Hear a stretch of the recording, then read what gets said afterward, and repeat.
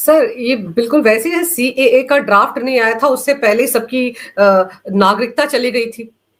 शाहीन बाग बस गया था। मुझे तो लगता है इन्होंने पूरी कोशिश की है, जैसे जंतर मंतर पर बैठे थे, खदेड़ दिए गए वहां से, फिर ये पटना में जाकर बैठ गए, अब हैदराबाद में भी बैठने का प्लान है। तो कोशिश तो ये कर रहे हैं कि बिल्कुल वैसा माहौल बनाया जाए, वैसे ही एक और शाहीन बाग कहीं ना कहीं बसाया जाए। इसीलिए तो कह रहे हैं सब सड़कों पर उतर आएंगे। सर, आप सही कह रहे हैं कि है कौन ओवैसी, एक ही सांसद है जो अपनी शपथ के टाइम भी जय फिलिस्तीन का नारा लगाता है, और उसको लग रहा है कि सारे के सारे मुसलमान उसके साथ आ जाएंगे। लेकिन सर, आपको क्या लग रहा है, क्या सबसे ज्यादा प्रॉपर्टी इस वक्त ओवैसी की स्टेक पर है हैदराबाद में, इसलिए बिलबिलाहट ज्यादा है? देखिए, मुसलमानों में दो तरह के वर्ग आप समझ लीजिए। एक तो ये जो अशराफ हैं, जो अमीर हैं, जो ठेकेदारी लिए हुए हैं और जिनके पास तमाम तरह की संपत्तियां हैं, तो ये कब्जाधारी हैं, ये वक्फ की संपत्तियों पर भी और दूसरी संपत्तियों पर भी। और ये मतलब जैसे वो कुवैत के और अबू धाबी के और संयुक्त अरब अमीरात के जो शेख होते हैं, अमीर होते हैं, इनकी हालत हिंदुस्तान में वैसी है।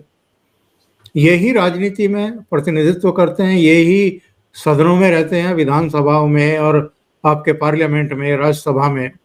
एक वर्ग है पसमानदा जो गरीब है। ये जो वक्फ की संपत्तियों का जो कोई एक आइडिया था, ये इसलिए था कि जिनके सिरों पर छत नहीं है, जो बेसहारा हैं, जो मुख्य धारा में शामिल नहीं हुए हैं, उनका कल्याण किया जाएगा इस तरह की वक्फ की संपत्तियों से, हर तरीके से। उनके एजुकेशन पर, उनके घर वगैरह बनाने पर, उनकी दूसरी चीजों पर। लेकिन क्या ऐसा हुआ?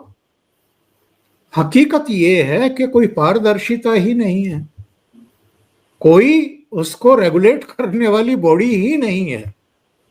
और ये वक्फ बोर्ड में भी कैसे कैसे लोग घुसे हुए हैं, यही सब है।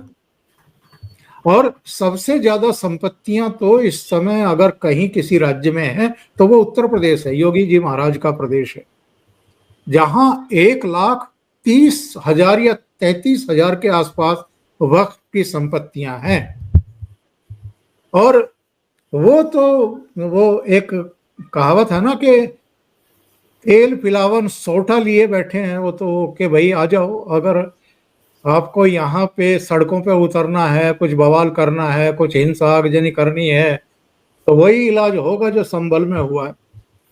एक जरा सी गुस्ताखी तो की थी वहां पे, उस गुस्ताखी का नतीजा ये है कि वहां का सपा का सांसद, वहां का विधायक इकबाल, उन सब के खिलाफ एफआईआर दर्ज हो चुकी है, भागे भागे फिर रहे हैं जमानत करवाने के लिए, गिरफ्तारी से किसी तरीके से बचने के लिए।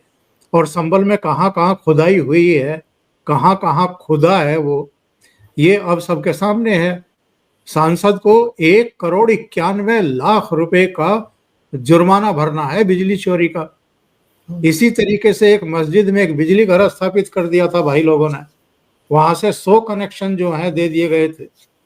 और कितना अतिक्रमण था, किस तरीके से जो तीर्थ स्थल हैं उनको दबा दिया गया था मिट्टी में, उनको छिपा दिया गया था, मंदिरों पर ताले पड़े हुए थे, जो देवी देवता हैं वो धूल खाने के लिए अभिशप्त हो गए थे। योगी आदित्यनाथ बता रहे हैं उत्तर प्रदेश में कि आप जरा भी गलती कर बैठे, जरा सी भी गुस्ताखी कर दी तो आपको लेने के देने पड़ेंगे। और इस बार मैं बहुत कॉन्फिडेंट हूं इस चीज को लेकर के अंजू जी। कुछ राज्य जहां दूसरे दलों की सरकारें हैं, वहां थोड़ा बहुत उत्पात ये करने की कोशिश करेंगे, और वो सरकारें भी बाउंड हैं इस चीज के लिए कि कानून व्यवस्था ठीक रखें। नहीं तो पश्चिम बंगाल में देख लीजिए, हाई कोर्ट हर मामले की रिपोर्ट तलब कर रहा है। अभी मालदा में हिंसा हुई है, वहां के डीसी को हाई कोर्ट ने कह दिया कि मुझे 3 अप्रैल तक पूरी रिपोर्ट चाहिए कि ये हुआ क्या है। और अलग अलग राज्यों में यही हाल है। तो कहने का आशा मेरा सिर्फ ये है कि अगर इन लोगों ने आगजनी, तोड़फोड़, पत्थरबाजी, सड़कों पर शाहीन बाग स्थापित करने की कोशिश की, तो इस बार इनके लिए आसान बिल्कुल नहीं होगा।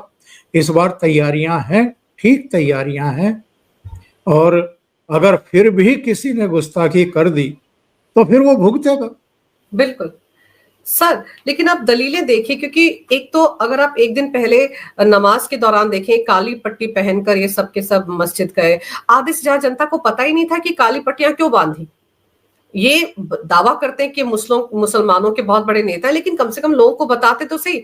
और सर, मुसलमानों में सबसे ज्यादा कम पढ़े लिखे लोग हैं, ये सच्चर कमेटी की रिपोर्ट कहते हैं। दलितों से भी बुरी हालत उनकी है, तो उनको तो बरगलाना आसान है, इसीलिए कब्रगाह छीन लेंगे, आपकी मस्जिद छीन लेंगे, आपसे आपकी धार्मिक आजादी छीन लेंगे। ये सारी बातें कह कह के उनको बरगलाया जा रहा है।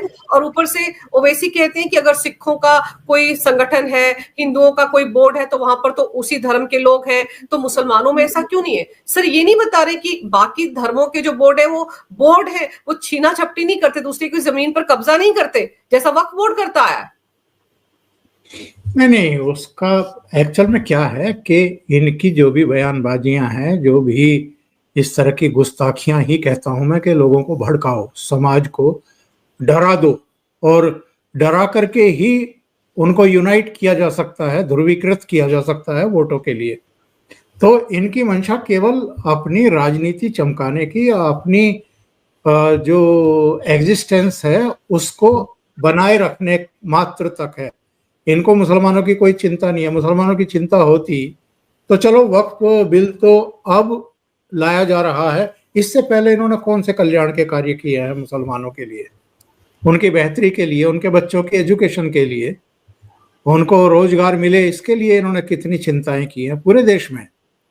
और जो बेघर हैं, बिना छत के हैं, उन लोगों को घर मिले, इसकी कितनी चिंता की है इन ठेकेदारों ने, सबने। मैं तो सबकी बात कर रहा हूं, मैं असदुद्दीन अवैसी की अलग अकेले की बात कर ही नहीं रहा। तो ये एक्चुअल में क्या है कि इनको पता है मोदी सरकार जो बिल लेकर के आ रही है उससे बहुत सारे इनके जो धंधे हैं वो चौपट होने वाले हैं। इनके जो कब्जे हैं वो जमीनें कब्जा मुक्त होने वाली है, पारदर्शिता आने वाली है, चीजें रेगुलेट होने वाली हैं। और जो सबसे बड़ा पाप किया था कांग्रेस पार्टी ने 2013 में भी और उससे पहले भी, जब वक्फ बोर्ड में संशोधन किया गया था कि सब वक्फ जिस जमीन पर दावेदारी कर दे या जिस पर वो कब्जा कर ले, उसको देश की किसी कोर्ट में चैलेंज नहीं किया जा सकता। आप संविधान के तहत शपथ लेते हैं, प्रधानमंत्री पद की, मंत्री पद की, सरकार की, आप सदन में जिस दिन पहला कदम रखते हैं उस दिन संसद सदस्यता की, और विधान सभा में विधायक बतौर सदस्य आप संविधान की शपथ लेते हैं, और आप संविधान के ऊपर जाकर के व्यवस्था कर रहे हैं, यानी एक असंवैधानिक व्यवस्था कर रहे हैं। ये किसी कोर्ट में चैलेंज नहीं किया जा सकता। सरकार, केंद्र सरकार या राज्य सरकार कोई कानून बनाए, उसको चैलेंज किया जा सकता है सुप्रीम कोर्ट में, बताइए। लेकिन वक्फ के द्वारा कब्जाई गई जमीनों को चैलेंज नहीं किया जा सकता है। बस यही कर रही है सरकार, और कुछ नहीं कर रही है। ये व्यवस्था कर रही है कि अगर किसी को आपत्ति है, ऐतराज है, शिकायत है कि मेरी जमीन पर कब्जा है, तो वो जाकर के कोर्ट में चैलेंज कर सकता है, मुकदमा लड़ सकता है और न्याय हासिल कर सकता है। इसी में इनको जो है परेशानी हो रही है, पता नहीं कहाँ कहाँ दर्द हो रहा है। तो ये अभी बढ़ेगा, देखते जाओ। पर सर, ताज्जुब की बात यह कि हम कितने सारे मुस्लिम स्कॉलर्स की बातें भी सुनते आ रहे हैं, कुरान में कहीं इसका जिक्र नहीं है, संविधान में तो इसकी कहीं कोई जगह ही नहीं है सर।